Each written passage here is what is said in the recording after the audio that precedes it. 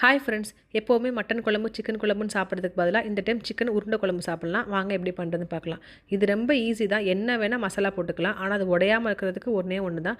Bread crumbs, முட்டை, கடலை மாவு இதெல்லாம் போட்டு நல்லா பிசைஞ்சு கொடுக்கணும். சப்போஸ் உங்கள்கிட்ட கடலை மாவு இல்லைன்னா பொட்டுக்கல்லையை ஆட் பண்ணிக்கோங்க. அது உடையாமல் இருக்கிறதுக்கு இது மட்டும் தான் ட்ரிக்ஸ். உங்களுக்கு இதுக்குள்ளே என்ன மசாலா வேணாலும் போட்டு பிசைஞ்சுக்கோங்க. நான் போட்டது எல்லாத்தையுமே கேப்ஷனில் போட்டிருக்கேன். கையில் ஒட்டாமல் இருக்கிறதுக்கு ஆயில் இல்லைன்னா பட்டர் போட்டுக்கோங்க. நான் பட்டர் தான் போட்டு நல்லா ஸ்மெல்லாக இருக்கணுன்றதுக்காக. உங்களுக்கு எந்த சைஸில் உருண்டை வேணுமோ அந்த சைஸில் பிடிச்சி வச்சுக்கோங்க. ஒரு 10 to 15 மினிட்ஸ் ஃப்ரிட்ஜில் வச்சுக்கோங்க. ஃப்ரீசரில் இல்லை. 50 மினிட்ஸ்க்கு அப்புறம் எடுத்து ஒவ்வொன்றா போட்டு பொறுமையாக பொரிச்சிடுங்க. ரொம்ப ஹை ஃப்ளேமில் வேணாம், ஏன்னா உள்ளே வேகாமல் போயிடும், வெளியே அப்படி கருகின மாதிரி ஆகிடும். இப்போ பொரிச்சு வச்சது ஒரு ஓரமாக இருக்கட்டும். இப்போ தேவையான கிரேவி பண்ணுவோம். இதுக்கு பண்ணுற கிரேவி நீங்கள் எப்படி வேணால் வச்சுக்கலாம். உங்களுக்கு பட்டர் சிக்கன் பிடிச்சிருந்துச்சுன்னா அதே மாதிரி செஞ்சு அதை தூக்கி இதில் போட்டுருங்க. ஃபைனலாக இந்த கிரேவி ஊற்றி சாப்பிட்டா நல்லாயிருக்கும். கீ ரைஸ்க்கோ இல்லை எந்த மாதிரி புலாவுக்கோ சாப்பிட்டா நல்லாயிருக்கும்னு நினைக்கிறீங்களோ அந்த மாதிரி கிரேவி வச்சு பொரிச்சு வச்சதை தூக்கி உள்ளே போட்டுருங்க. அவ்வளவுதான். குழம்புல எவ்வளோ நேரம் கொதிச்சாலும் சிக்கன் உடையாது, நான் கேரண்டி. அப்படியே போகிற போக்கில்